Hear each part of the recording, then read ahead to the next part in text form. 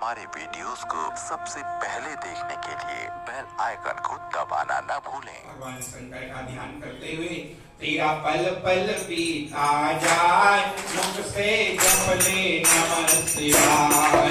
तेरा पल पल सभी को गाएंगे, पीछे वाले भी गाएंगे। तेरा पल पल बीता जाए, मुख से जप ले नमः शिवाय। तेरा पल पल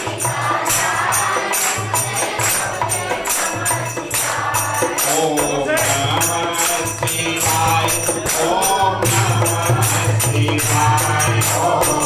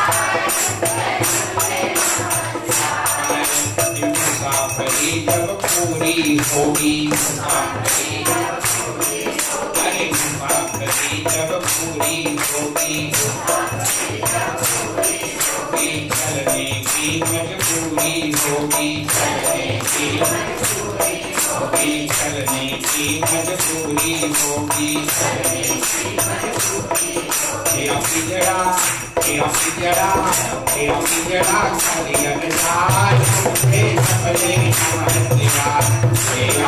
पिजड़ा खाली रजाई तेरा पिजड़ा खाली रजाई मुझसे जपले नमः शिवाय तेरा पिजड़ा खाली रजाई नमः शिवाय ओम नमः शिवाय ओम नमः शिवाय ओम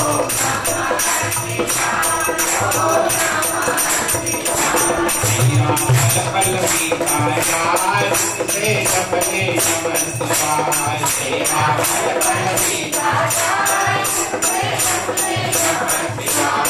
तेरा पल पीता जाए से जपले नमः शिवाय तेरा पल पीता जाए ओम नमः शिवाय ओम नमः शिवाय ओम शिवाय ओम नमः शिवाय ओम नमः शिवाय ओम नमः शिवाय ओम नमः शिवाय शिव पूजन में मस्त रहेगा शिव पूजन में हर शिव पूजन में मस्त रहेगा शिव पूजन में मस्त रहेगा भक्ति सुधारस पान किएगा अरे भक्ति सुधारस पान किएगा भक्ति सुधारस पान किएगा दर्शन विश्वनाथ के पाय मुझसे जपले नमः शिवाय दर्शन विश्वनाथ के शिवाय दर्शन विश्वनाथ के पाय मुझसे जपले नमः शिवाय दर्शन विश्वनाथ के शिवाय ओम नमः शिवाय ओम नमः शिवाय ओम नमः शिवाय शिवाय तेरा पल पल पीता जाए मुझसे जपले नमः शिवाय तेरा पल पल पीता जाए शिवाय तेरा पल पल पीता जाए मुझसे जपले नमः शिवाय तेरा पल पल पीता जाए जपले नमः शिवाय ओम नमः शिवाय ओम नमः शिवाय ओम नमः शिवाय ओम नमः शिवाय ओम नमः शिवाय ओम नमः शिवाय ओम नमः शिवाय ओम नमः शिवाय ओम नमः शिवाय ओम नमः बोली शंकर भगवान की औधरदानी बाबा की कैलाशपति महाराज की आनंदनंत अकारण करुणावरणालय अखिल ब्रह्मांड नायक भगवान भूत भावन शंकर भगवान के चरणों में अनंत कोटि कोटि प्रणाम करते हुए जितने भी यहाँ पर हरिद्वार क्षेत्र की इस पावन तटस्थली गंगा क्षेत्र पर यहाँ पर माँ गंगा की पतित पावनी गंगा के तट में बैठकर इस कथा का रसस्वादन करने वाले दिव्य ममता में अंचल को धारण करने वाली सत्या सुकन्या और गार्गी के मार्ग के प्रशस्त होने वाली मेरी माताओं, मेरी बहनों और मेरी बेटियों, भगवत कथा में उपस्थित हमारे वृद्धत्व समाज पितृगण, समवयस्क मित्रगण और मेरे भातृगण, आप सभी लोगों को इस गंगा की पतित पावनी गंगा के तट पर हार्दिक अभिनंदन वंदन करते हुए आज श्रीमद् शिव महापुराण की यह तृतीय दिवस की गाथा का श्रवण करने के लिए आप और हम सब उपस्थित हैं। यहाँ पर साक्षात माँ गंगा की इस पावन धरा पर आप और हम बैठ करके भगवान शिव की यह दिव्य अमृतमय गाथा का श्रवण कर रहे हैं, जिसमें कल आप लोगों ने भगवान शिव के अनेक चरित्रों का आप लोगों ने श्रवण किया। यहाँ तक के नारद जैसे संत के जीवन में भी उस माया ने ऐसा उनको नाच नचाया कि एक नारद जैसे संत भी नहीं बच सके। उस माया से बचना है मेरे भाई बहनों, तो जिस माया नगरी में आए हुए हैं, ये माया नगरी है, ये हरिद्वार माया की नगरी है। यहाँ माया की नगरी में महामाया के शरण से ही इस दुनिया की माया से बचा जा सकता है। मोह महा महिषेष विशाला और राम कथा कालिका कराला। ये कथा ही साक्षात काली है, 18 भुजा वाली महिषासुर मर्दिनी दुर्गा है ये कथा। और ये जितने भी हम जंजाल मोह माया के जाल में पड़े हुए हैं, यही हम सब के सब क्या हैं, तो इस घोर कलिकाल के अंदर में डूबे हुए बड़े बड़े राक्षस, काम क्रोध लोभ मोह मद मत्सर, ये अनेकों ऐसे अत्याचारी दुष्ट राक्षस हैं कि इन अत्याचारी राक्षसों से हम सब के सब निरंतर त्रस्त रहते हैं, दुखी रहते हैं। इसलिए अगर इन चीजों से अगर हम बचना चाहते हैं तो क्या करें, तो इनसे बचने के लिए केवल एक ही उपाय है, वह उपाय है राम कथा कालिका कराला। ये भगवान भगवती की कथा, भगवान शिव की कथा जो है, यह महामोह रूपी महिषासुर हम सब के जीवन में बार बार आकर के हमें त्रस्त कर रहा है। अगर इस त्रस्त से अगर बचना चाहते हैं, इस त्रासदी से अगर बचना चाहते हैं, तो केवल और केवल कलिकाल में केवल कथा ही मुख्य साधन है। इस घोर कलिकाल में हरेर नामं हरेर नामैव केवलम, वेद व्यास जी भागवत में लिखते हैं कि कलयुग में केवल और केवल हरि नाम ही आदमी के लिए मोक्ष मार्ग है मेरे भाई बहनों। और हम भयंकर भाग्यशाली हैं कि आज स्वयं गंगा के तट में बैठकर और भगवान शिव के गंगा जल से अभिषेक, आप लोगों ने कल सुना था किसकी अभिषेक करने से किस चीज की प्राप्ति होती है, तो उसी प्रकार से गंगा के जल में अभिषेक करने वालों को डायरेक्ट मोक्ष पद की प्राप्ति होती है। पता नहीं 12 साल बाद कौन रहेंगे कौन नहीं रहेंगे, ये सौभाग्य जरूर हम लोग परम सौभाग्यशाली हैं जो अभी इस अवसर को हम लोग चुके नहीं और इस अवसर में आ गए। अगर रहेंगे भी तो पता नहीं शरीर साथ दे या न दे 12 साल बाद।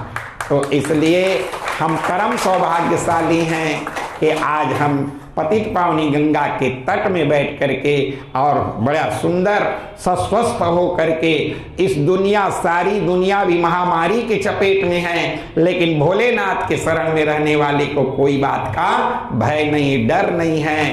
हम सब के सब भोलेनाथ के शरण में हैं। तो इस प्रकार से ये भोलेनाथ की कृपा महिमा महाराज जी बतलाए कि गुण निधि। और गुण निधि कौन थे? ब्रह्मा जी बोले जब मेरा पहला कल्प हुआ तब उस समय उनमें मेरे मानस पुत्र पुलस्त, और पुलस्त से उनके पुत्र हुआ था विसस्रवा।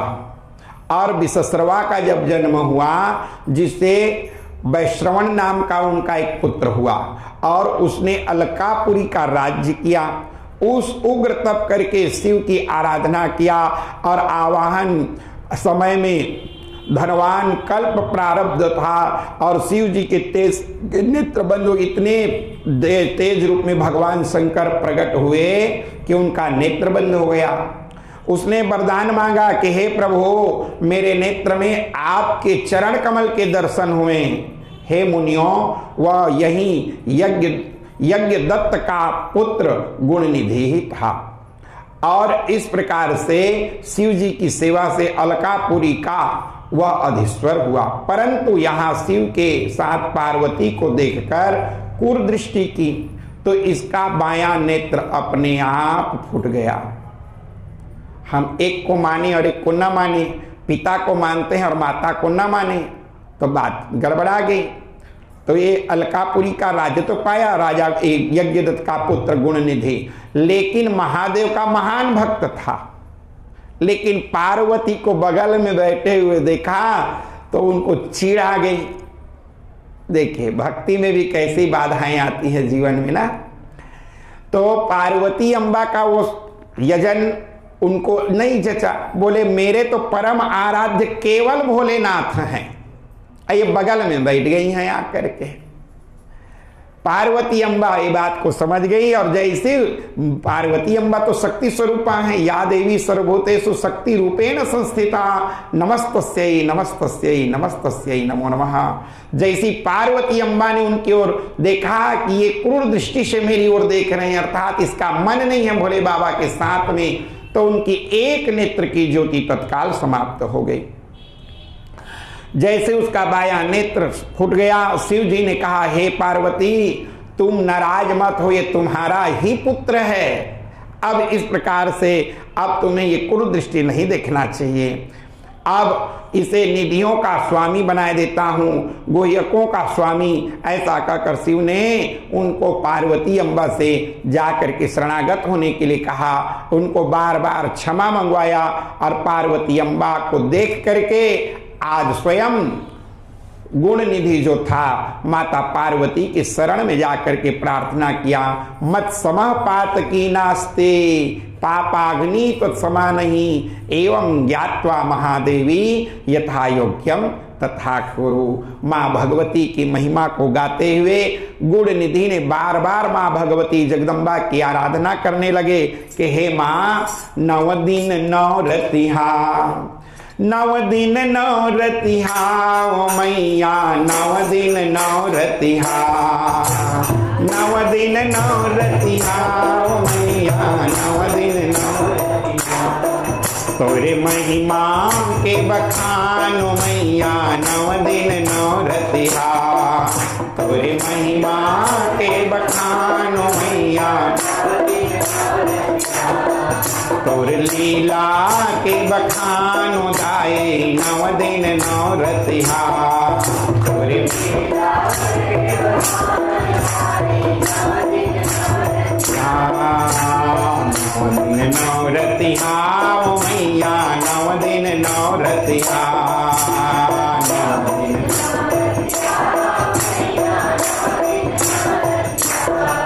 ये पहले रूप है शैल पुत्र के, दूसरे हैं ब्रह्मचारिणी। पहले रूप है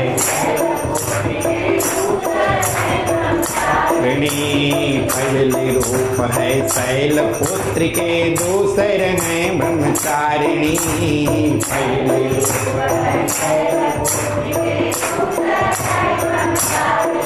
ये तीसरे रूप है चंद्र घंटा के,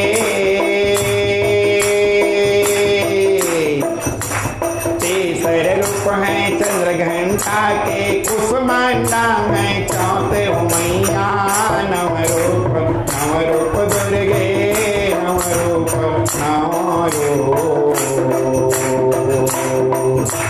नौ रूप धरे तुम आय हो मैया, नव रूप। सब कोई गाइए ताली सेवा करते हुए जय हो।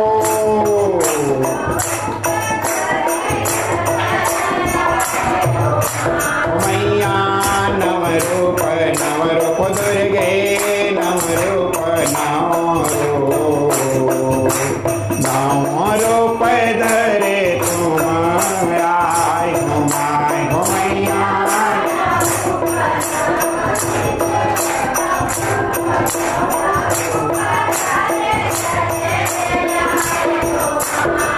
ये पांचवा रूप स्कंद भवानी, पांचवा रूप स्कंद, हे पांचवा रूप स्कंद भवानी। छठवा देवी कात्यायनी, छठवा देवी कात्यायनी, छठवा देवी कात्यायनी, छठवा देवी कात्यायनी। ये सातवां रूप है काल रात्रि के, ये सातवां रूप है काल रात्रि के। ये महागौरी है आठवां मैया, नव रूप नौ रूप धरे तुम हो मैया नव हरि बोल जय हो।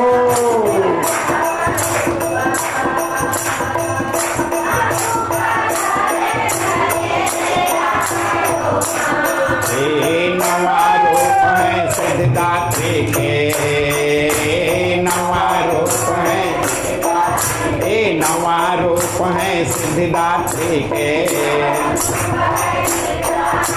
नव दुर्गा पर कीर्ति, नव दुर्गा पर कीर्ति, नव दुर्गा पर कीर्ति, नव दुर्गा पर कीर्ति।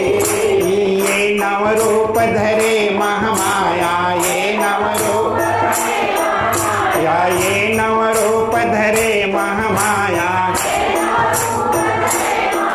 ए जन पर करो अब दाया हो मैया नव रूप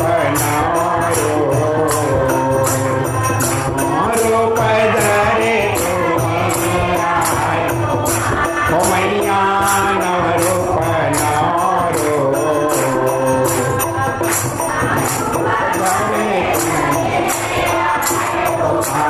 मैया नव रूप रूप धरे तुम आए हो मैया नव रूप रूप धरे तुम होगी जगदम्बा मैया की। पार्वती अम्बा जब आकर के गुण निधि ने जाकर पार्वती अम्बा से बार बार क्षमा मांगा और भगवान शंकर बोले जब मैं सती के बिना पार्वती के बिना मैं 100 हो जाता हूं गुण निधि तो तुम्हारी भक्ति निष्फल हो जाएगी। बिना जोड़ी के भक्त देखिए एक बार की बात है, एक भक्त थे और राम जी का बहुत सेवा किया करते थे, लेकिन राम राम राम राम राम राम दिन भर राम राम रट रहा करते थे। राम जी देखे कि ये मेरा बहुत बड़ा भक्त है, लेकिन दिन दुनी ये तो पूरा पतला दुबला होते जा रहा है। कारण क्या है? ये मेरा इतना भजन यजन करता है, रात दिन राम राम राम राम रटता है और ये एकदम इसका शरीर तो अस्वस्थ होते जा रहा है। पता लगाया कि इतना भजन करने वाला व्यक्ति आखिर में इतना अस्वस्थ ऐसा बीमार रुग्ण क्यों होते जा रहा है। तो पता लगाया तो हनुमान जी बोले कि महाराज जी इनकी एक ही गलती है। बोले क्या? बोले जिस दिन ये सीताराम सीताराम बोलना चालू कर दे उस दिन मुस्तंड हो जाएगा ये। हाँ, कारण कि माता के परसे और मंघा के जब तक के माँ की कृपा नहीं होगी तब तक जीवन आरोग्यमय नहीं हो सकता। इसलिए गुण निधि भी ऐसी क्रिया कर दिया। पार्वती अम्बा को देखा तो क्रूर दृष्टि से देख दिए तो उनकी आंख की शक्ति चली गई। महादेव ने जाकर के समझाया, देख अगर तुम मुझे प्राप्त करना चाहते हो गुण निधि तो पहले शक्ति के साथ में शिव का आवाहन करो। इसीलिए देवी भागवत और शिव पुराण दोनों के दोनों नवानी यज्ञ हैं, दोनों 9 दिन का यज्ञ है। भले हम यात्रा के नाम से 5 दिन कर दे 7 दिन कर दे वो अपनी है, लेकिन शिव पुराण जो है देवी भागवत की तरह नवान यज्ञ है ये भी। हाँ, ये भी नवान यज्ञ है और दोनों के दोनों बराबर, एक तरफ शिव पुराण को रख दिया जाए और एक तरफ देवी भागवत को रख दिया जाए। एक स्वयं माता अम्बा ने अपने मुखारबिंद से देवी भागवत का वर्णन किया और एक तरफ स्वयं भगवान शिव अपने मुखारबिंद से शिव पुराण का वर्णन किए। देखिए अन्य पुराणों की वर्णन तो अन्य ऋषियों ने किया। श्रीमद् भागवत का वर्णन महाराज सुखदेव जी के, महाराज परीक्षित जी श्रवण किए। स्वयं मैत्रेय ऋषिश्वर बोलते गए और जाकर के पूरे सौनकादिक विदुर जी महाराज श्रवण किए। यहाँ तक कि गौकर्ण ने कहा और धुंधकारी ने श्रवण किया। सनक सनंदन सनातन सनातन सनत कुमार चारों भाइयों ने कहा और स्वयं नारद जी महाराज ज्ञान भक्ति वैराग्य तीनों चारों के सब के आकर के मिलकर के और इसी हरिद्वार में प्रथम भागवत का आयोजन इसी गंगा के तट में आज से 5000 का कई हजार वर्ष पहले से ये गंगा पतित पावनी है। इनकी की कण कण में साक्षात भगवती और भगवान समाये हुए हैं। यहाँ के पत्ते पत्ते, यहाँ की एक एक वायु की कण अपने आप में भागवतमय है। मेरे भाई बहनों, जिस स्थान में हम बैठ के कथा को श्रवण कर रहे हैं, यह स्थान अनादिकाल से जब भागवत प्रारंभ हुई तब से यह क्षेत्र, कारण कि जब नारद जी महाराज ज्ञान भक्ति वैराग्य की प्रथम मुलाकात हुई थी वृंदावन में, तो दोनों बच्चे को लेकर के ज्ञान भक्ति जो थी ज्ञान और वैराग्य लेके बैठे थे। नारद जी से मुलाकात हुई, नारद जी वृंदावन बहुत उपचार किए, नहीं हुआ ठीक, तो नारद जी बोले चिंता मत कर भक्ति, मैं अभी ढूंढने के लिए जा रहा हूं। तो वृंदावन से ढूंढते ढूंढते वहां बद्री नारायण में उनको इस बीमारी का निदान मिला। वहीं पर देखे कि 4 भाई कभी बुढ़े नहीं होते और वहां देखे कि बुढ़े कभी जवान नहीं होते। तब उन्होंने पूछा किस कंपनी के टेबलेट खाते हो महाराज, कभी बुढ़ाते क्यों नहीं? उन्होंने कहा हमारे पास टेबलेट तो है। तो बोले चलिए महाराज, तो बोले ले आओ उनको, वैद्य के पास जाना चाहिए इलाज कराने के लिए। और कहीं मरीज कहीं ज्यादा असहाय हो तो, भुइयां उतारने लायक हो तो डॉक्टर को भी चल के जाना पड़ता है महाराज। बोले अब इतना दूर वो तो दोनों बच्चे को कैसे घसीटते ला पाएगी बेचारी। तो बोले एक काम आप कीजिए, इधर से आप उतरिए, बद्री नारायण से उतरने के लिए उनको कहा गया और वृंदावन से उनको चढ़ने के लिए कहा गया। तो इस प्रकार से वृंदावन से बद्रीनाथ के ठीक मध्य में जो बसा हुआ है उसी का नाम है हरिद्वार। आप भक्ति के और साक्षात धर्म के केंद्र बिंदु बद्रीनाथ के ठीक मध्य में अभी आप और हम विराजमान हैं। एक तरफ भक्ति महारानी और एक तरफ धर्म पुरुष नारायण भगवान वहां विराजमान हैं। तो इस प्रकार से हरिद्वार क्षेत्र को आज से नहीं कई युगों के पहले से यह क्षेत्र को पावन तीर्थ स्थल कथा स्थल माना गया है। इस प्रकार से महाराज जी जब जाकर के देखे पार्वती अम्बा की बहुत स्तुति किए, तब जाकर के भोले बाबा ने स्वयं सिफारिश किया, पार्वती ये भी हमारे ही बेटा है, अब बच्चे से अगर गलती हो जाए तो जान को काट के नहीं फेंकते, उसको साफ कर लेते हैं और बच्चे को फिर गोद में बैठा लेते हैं। बच्चों से गलती नहीं होगी तो और क्या होगी। तब उसने कहा कि मत समः पात की नास्ति अपापाग्नि तो समान ही एवं ज्ञात्वा महादेवी यथा योग्यम तथा कुरु। हे माँ, जो आज्ञा जो ऐसे करना चाहती हो माँ, आप मुझे आदेश कीजिए, लेकिन अब ऐसी गलती जीवन में कभी नहीं होगी। इस प्रकार से उनको धनपति का पद दिया गया। माता को प्रणाम किए। पार्वती प्रसन्न होकर के वरदान दिया कि हे पुत्र, तुम्हारी शिव में निर्मल भक्ति अब पैदा होगी। अब इस प्रकार से शिव ने उसे विश्वेश्वर नामक स्थान में कुबेर बना करके अलकापुरी का स्वामी बनाया। स्वयं उसके पास कैलाश पर्वत पर विराजमान हुए।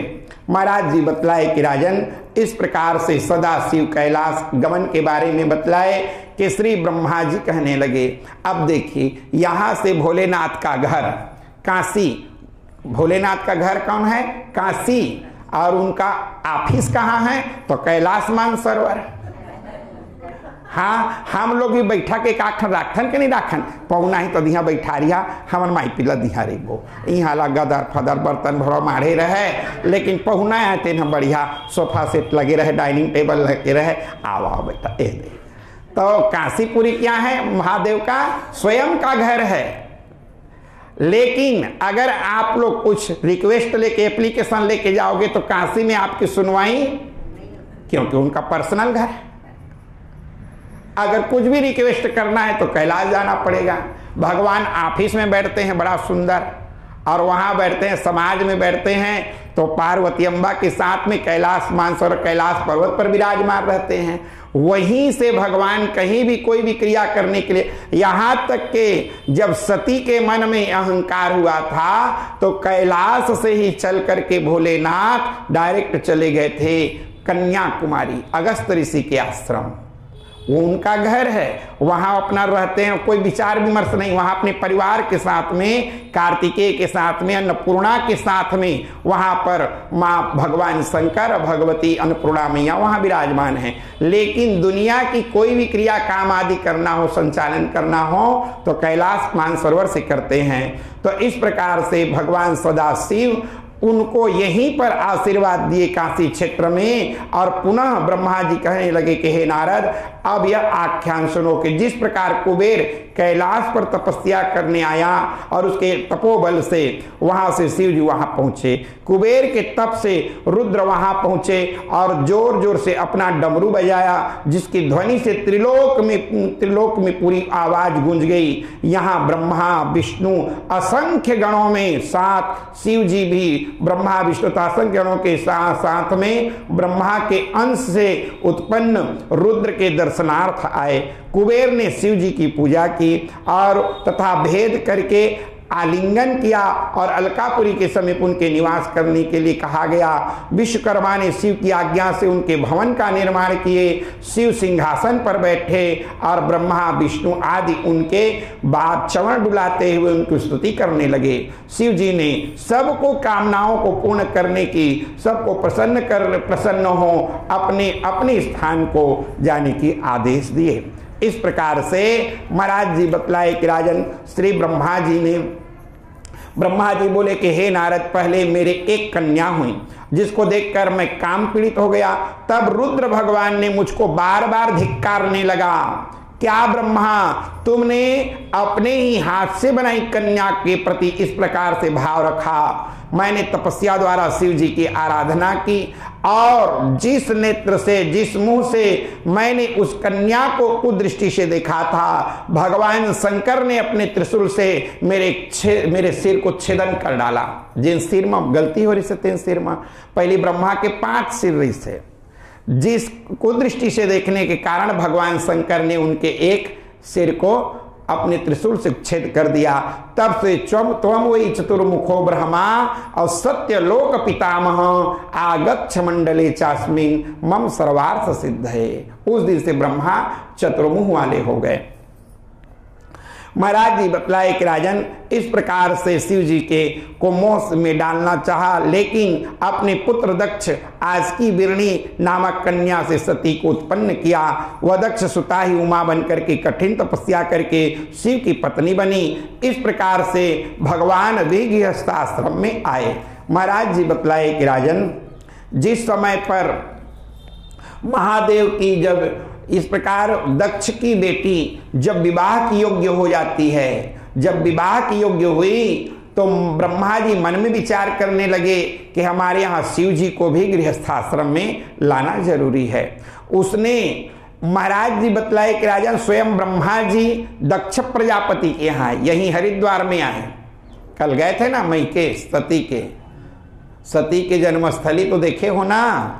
हाँ, और वहीं पर यज्ञ हुआ था, वहीं पर सती अपनी योगाग्नि के द्वारा सती जी परम धाम गई थी। ये जितनी भी कथाएं सुन रहे सब यहीं के कथाएं, हरिद्वार की कथाएं, यहीं पर सती मैया का जन्म भी हुआ था।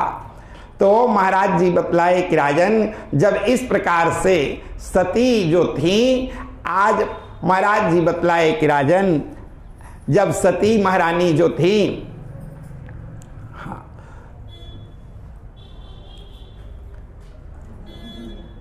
सती महारानी विवाह की योग्य हो चुकी थी, लेकिन महादेव मन में विचार करने लगे कि जब विवाह के योग्य इधर हैं ही, तो स्वयं ब्रह्मा जी ने आकर के कहा, अगर आप अपनी कन्या हमें प्रदान कर देंगे भगवान शिव के लिए, तो हम आपको प्रजापति का पद प्रदान कर देंगे। अब प्रजापति का पद प्रदान करने, अब किन्नन यही संसार, इस संसार में ऐसा कोई व्यक्ति नहीं हुआ होगा कि पद के लोलुपता में आकर के दक्ष प्रजापति ने यह नहीं देखा कि मैं अपनी कन्या दूं या न दूं। कभी भी वर विवाह करना चाहिए तो बराबरी में कीजिए, अबैर प्रीति संबंध अभूप नया में हो सके, तो कब हूं घृणा की गंध। कभी घृणा की गंध कभी भी नहीं हो सकती। महाराज जी बतलाए कि राजन, आज इस प्रकार से भगवान महादेव का विवाह माता सती के साथ में हुआ। सती के साथ में विवाह तो हुआ, लेकिन बाप का संस्कार बेटी में पूर्ण रूप से आई हुई थी। दक्ष प्रजापति पद को प्राप्त किए, दक्ष को पद मिला। दक्ष अपने आप में एक प्रकार से, दक्ष का मतलब होता है जानकार, और अक्सर करके जानकार व्यक्तियों के मन में भगवान सबको ये गुण प्रदान नहीं करते। जो सर्वज्ञाता होते हैं, ऑलराउंडर होते हैं, उनमें विनम्रता आना बहुत कठिन है। उनके जीवन में आता है कि मैं सब जानने वाला हूं, तो मैं क्यों झुकूं किसी से। यही बात दक्ष के मन में आई हुई थी, और जैसा करोगे संग वैसा चढ़ेगा रंग। इसलिए क्या करना चाहिए, एक नाल के कथे कुल बिहावे। कभी भी वर विवाह आदि करें तो पहले कुल को देख लें, माता पिता को देख लें, परिवार को देख लें कि इनका परिवार कैसा है, कुल कैसा है। तो चूंकि दक्ष का, तो अब दक्ष यानी चतुर था, जानकार था, ये अहंकार था कि मैं सब चीज को जानने वाला हूं, और उसमें भी ऊपर से ये पद प्रतिष्ठा प्राप्त हो गया। अब तो महाराज जी बतलाए कि राजन, अपनी बिटिया का विवाह भगवान शंकर के साथ बड़ी धूमधाम से किए। जब सती मैया विवाह होकर के भगवान शंकर के साथ में गई, तो भगवान शंकर जब जा रहे थे यहां से हरिद्वार से विवाह करके, जब काशी क्षेत्र के लिए प्रस्थान किए, तो रास्ते में कई लोगों से मुलाकात हुई। तो जो महादेव को देखते तो साष्टांग प्रणाम करते, अब कोई नहीं देख पाते तो महादेव जबरदस्ती बुलाते, फलानवा राम राम, वो भी अरे बाबा बाबा बाबा राम राम राम राम करते। तो सती को बड़ा बैकवर्ड लगता था कि हम इतने बड़े मालिक, और ये सबको राम रमुआ करते करते जा रहे हैं। ये थोड़ा सा बड़े आदमी के दामाद हैं, तो इनको थोड़ा अपना कैटेगरी बढ़ा के रखना चाहिए। जीवन में जहां धन की कैटेगरी बढ़ती है, पद प्रतिष्ठा की कैटेगरी बढ़ती है मेरे भाई बहनों, उसी समय से उसके जीवन की सज्जनता समाप्त हो जाती है। दया धर्म का मूल है, पाप मूल अभिमान, और तुलसी दया न छाड़िए, जब लगी घट में प्राण। कभी भी किसी भी चीज का जीवन में अहंकार न करें, क्योंकि जिस चीज के लिए हम अहंकार करते हैं वह संसार यही जड़वत छूट जाती है। चाहे वो धन हो, चाहे वो बल हो, चाहे वो रूप हो, चाहे वो मद हो, चाहे ऐश्वर्य हो, ये सदा दिन टिकाऊ नहीं रहती। इसलिए कभी भी इसका घमंड, केवल एक ही प्रार्थना हम करें, जीवन में परमात्मा से दूर होने का एक ही कारण होता है अहंकार। जब 24 तत्वों का निर्माण हुआ ना, 5 ज्ञानेंद्रियां, 5 कर्मेंद्रियां, पंच तत्व, पंच महाभूत, ये 20 तन्मात्राएं का निर्माण हुआ, और 4 अंतःकरण का निर्माण हुआ। तो सबसे पहले मन, उसके ऊपर में बुद्धि, उसके ऊपर में चित्त, और सबसे लास्ट में बना है अहंकार। और जो व्यक्ति मन को काबू में कर लेता है, चित्त को चरणारविंद में परमात्मा के लगा लेता है, और मन, बुद्धि और चित्त ये सब जब पूर्ण रूप से समर्पित हो जाता है, तो जीव के साथ में अहंकार ही जीव को परमात्मा से कोसों दूर ले जाता है। और ये अहंकार इतनी सूक्ष्म है मेरे भाई बहनों, कि हमारे देखने, चलने, बोलने, खाने, पीने ये कब चिपक जाए स्वयं को पता नहीं चलता। दूसरे लोग देख करके जान डारते, आजकल बदल गए, आजकल लेकर रेंगना हतको बदल गए आजकल। तो ये दूसरे लोगों को पता चलता है, बड़ा खतरनाक है ये अहंकार। बिल्कुल पता नहीं चलता, जिसके जीवन में अहंकार आता है ना, तो उसको बिल्कुल लेस मात्र भी। केवल प्रार्थना यही करें कि हे परमात्मा, इस अहंकार से हमें बचाए रखना। चाहे कितनों भी हम करोड़पति बन जाएं, चाहे कितनों भी रूप ऐश्वर्य धनवान हो जाएं, सब चीज देना प्रभु, लेकिन अहंकार भर मत देना। जीवन में अगर ये भाव आ गई तो ये मान करके चलना मेरे भाई बहनों कि हम परमात्मा के नजदीक हैं। जीव को दूर करने का केवल एक ही कारण होता है। आज यही बात सती के मन में आई और भगवान शंकर को मना करने लगी कि बाबा आप ये क्या करते हैं। भोलेनाथ ने कहा मेरी जिंदगी सहज और सरल जिंदगी है सती, इसलिए मैं आप जो बोल रही हो ये बड़ा कठिन कार्य है। महाराज जी बतलाए कि राजन आज इस प्रकार से जब उन्होंने जाकर के देखा कि सती तो इस प्रकार की भाव रखती हैं, अब हमें क्या करना होगा, तब भगवान शंकर मन में विचार करने लगे। अगर जिसको समझाना हो अगर वो समझ जाए तब तो घर में ही बात बन जाती है। हमू मन अपन कतिले टेबलेट खा के देखथन, बीमार पड़थन ना तो पहले क्रोसिन मंगा लेथन, ए मत ठीक हो जाही का है। ओकर बाद पेट पीर रही होते पेट पिरावत बेलार्गन लान के खा लेन, आओ कुछ कर ले, नहीं मारी तो फिर पड़ोसी डॉक्टर ल बुला रहे, उससे भी ठीक नहीं हुआ तो फिर थोकन अपन गांव तिर के कस्बा बड़े असन गांव में जाके दिखाते, वहां भी ठीक नहीं हुआ तो फिर बिलासपुर जाना पड़ता है, वहां भी ठीक नहीं हुआ तो बॉम्बे जाना पड़ता है।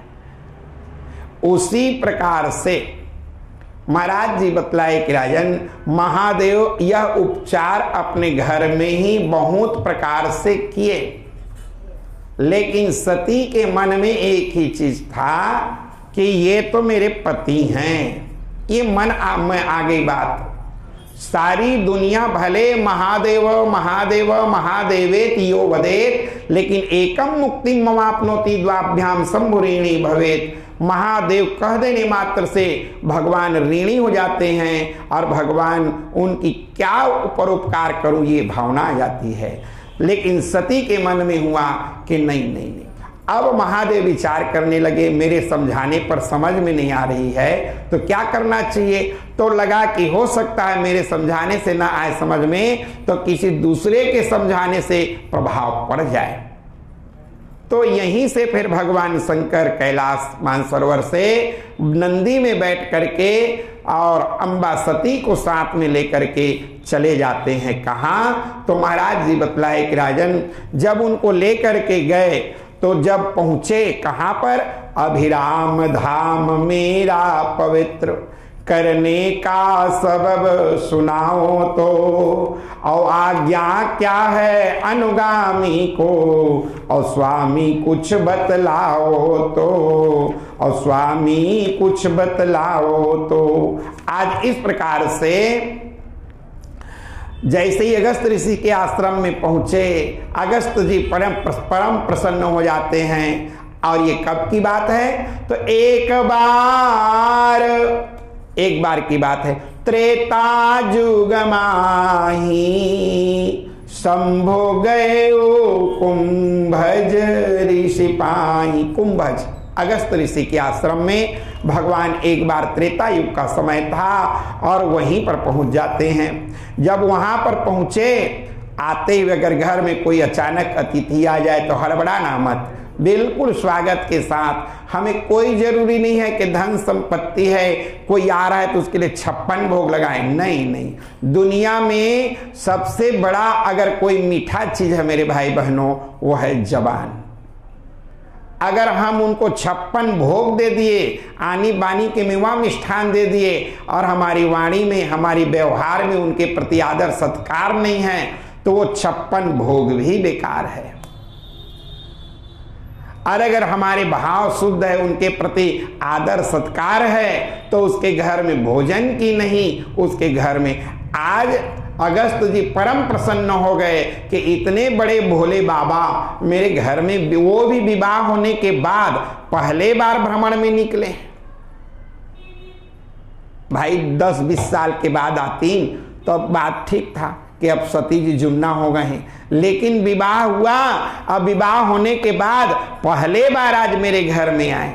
ससुराल में जाते तो उनकी स्वागत होती महादेव की, आज पत्नी को भी लेकर के आए हैं, इनका भी स्वागत होता, लेकिन आज ये स्वयं यहाँ पहले बार आए हुए हैं। तो उन्होंने संग सती जगजननी भवानी अपूजे ऋषि अखिलेश्वर जानी, उस दिन की प्रवचन में हमारे शुक्ला जी महाराज आप लोगों को बता ही दिए थे, एक विशेषण नहीं कई विशेषण लगा करके सती जी का स्वागत स्वयं अगस्त ऋषि ने किया। लेकिन महाराज जी बतलाए कि राजन जिस समय पर पूछे कौन अगस्त ऋषि कि प्रभु आपके आगमन का कारण क्या है। तब उन्होंने कहा कि महाराज मुझे आपसे कथा श्रवण करना चाहता हूं, इसलिए मैं आपके पास आया हूं। स्वयं महाराज अगस्त जी बोले आप मेरे घर कथा सुनने के लिए आए हैं। अगर कोई एक स्पेशलिस्ट व्यक्ति अगर किसी झोला छाप के पास पहुंच जाए तो बेचारा हड़बड़ाएगा। राम कथा के मर्मज्ञ तो स्वयं भोलेनाथ हैं। रची महेश निज मानस राखा, जिसकी रचना स्वयं महेश रच करके अपने हृदय में राख लिए हैं।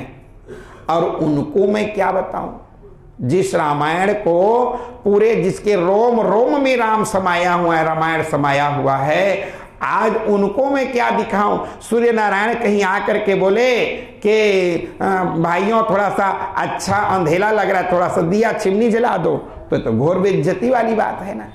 आज उसी प्रकार से कहा सूर्य नारायण और कहा छोटा सा दीपक। महाराज जी बतलाए कि राजन आज इस प्रकार से भगवान श्री भोलेनाथ उनको लेकर के चले गए।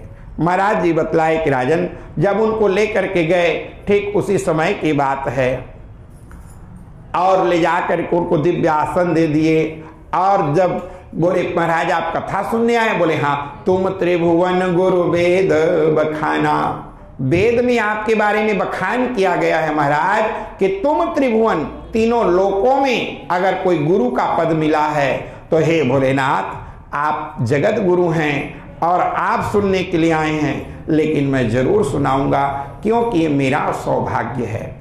और उन्होंने राम कथा मुनि बरज बखानी और सुनी महेश परम सुख मानी। देखो कथा में सुख तो मिलती नहीं, लेकिन मानना चाहिए।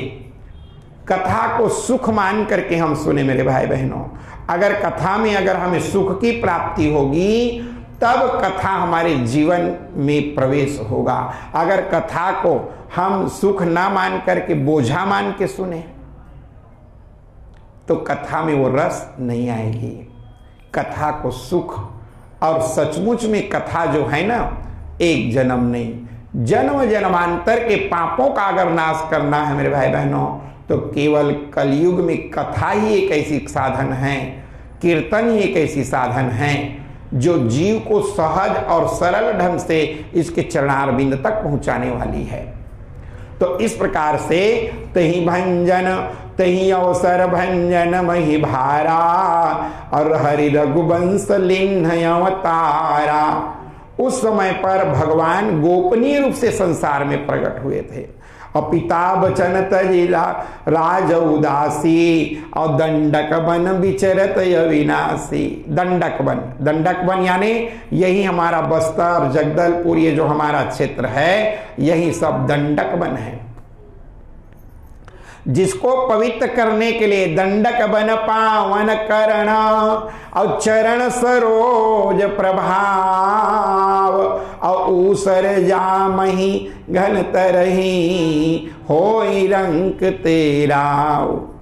भगवान आज ऊसर को भी जामने योग्य बनाने के लिए अपनी चरण कमल रखने के लिए आज उस दंडक वन को पावन करने के लिए गए। महाराज जी बतलाए कि राजन जिस समय पर हृदय विचारत जात हर, हृदय में भगवान शंकर विचार करते जा रहे हैं। हर यानी भगवान शंकर हृदय विचारत जात हर। हाँ, और कहीं विधि दर्शन हो अगुप्त रूप अवतरे प्रभु अगयो जान सब कोई। अच्छा, यहाँ पर भोजन करने वाले व्यक्ति जो हैं,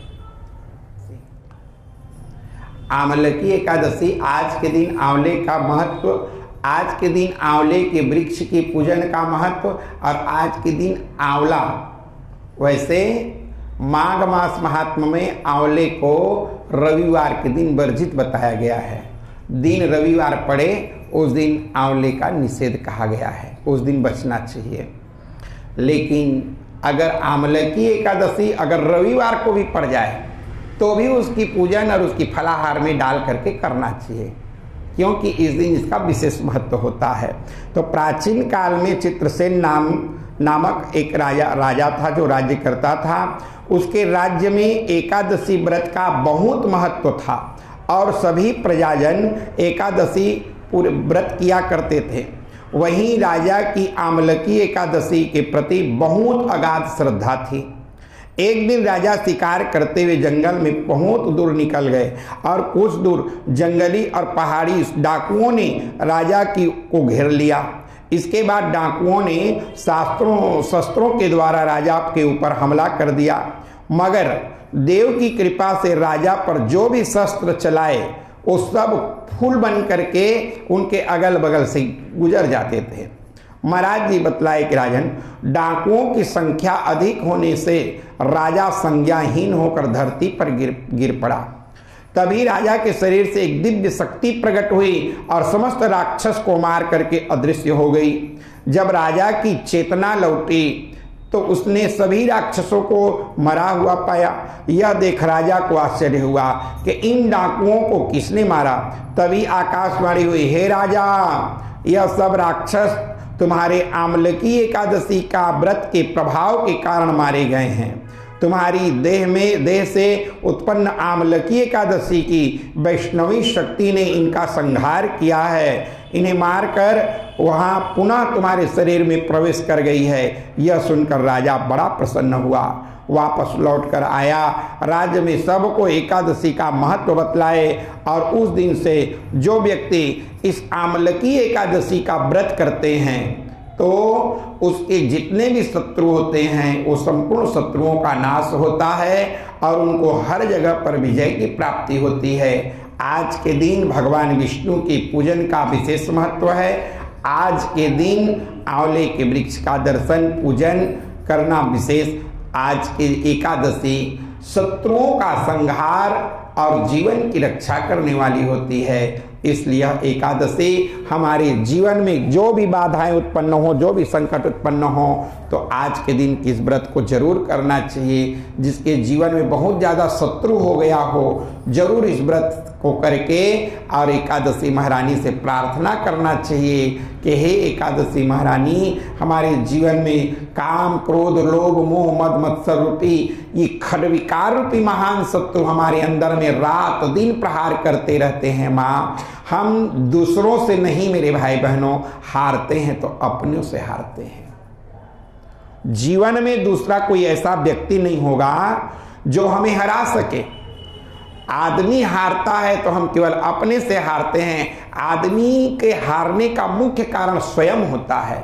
या तो वह लोभ के कारण हारेगा, या क्रोध के कारण हारेगा, या मोह के कारण हारेगा। इस संसार में अपने से ही लोग हारते हैं, दूसरे के द्वारा नहीं। इसलिए अगर संसार में विजय प्राप्त करना चाहते हैं तो दुनिया से विजय नहीं, अगर विजय प्राप्त करना है तो हमें अपने आप से विजय प्राप्त करना होगा। और इस एकादशी के दिन भगवान विष्णु से यही प्रार्थना करना चाहिए कि हम दूसरों से जीतना चाहते हैं। वो हम मोला इसे कई दिस, हाँ तब पक्का ही मैं ओकर बदला लेके रही हूँ, तय छोड़ देना भाई ओकर ऊपर माँ। बदला जब वो लेगा तो ऐसा क्षणी से लेगा कि उसको पता भी नहीं चलेगा, और तुम जितना बदला नहीं लोगे उससे कई गुना वो अधिक बदला स्वयं ले लेगा। इसलिए जीवन में आमलकी एकादशी व्रत करने वाले को बदला की भावना का परित्याग करके अपने ही अंदर के शत्रुओं से विजय प्राप्त करने की कथा है आमलकी एकादशी। हम संसार को जीतना चाहते हैं, आज मैं उसको परास्त करूंगा, वो मेरे से विद्वान है, वो मेरे से रूपवान है, वो मेरे से फलाना है, चाहे जो भी हो, ऐसा हम कहते करते रहते हैं। इसलिए याद रखना कि जीवन में अगर जीतना है मेरे भाई बहनों तो हमें अपने आप से जीतना होगा। बोलिए एकादशी महारानी की जय।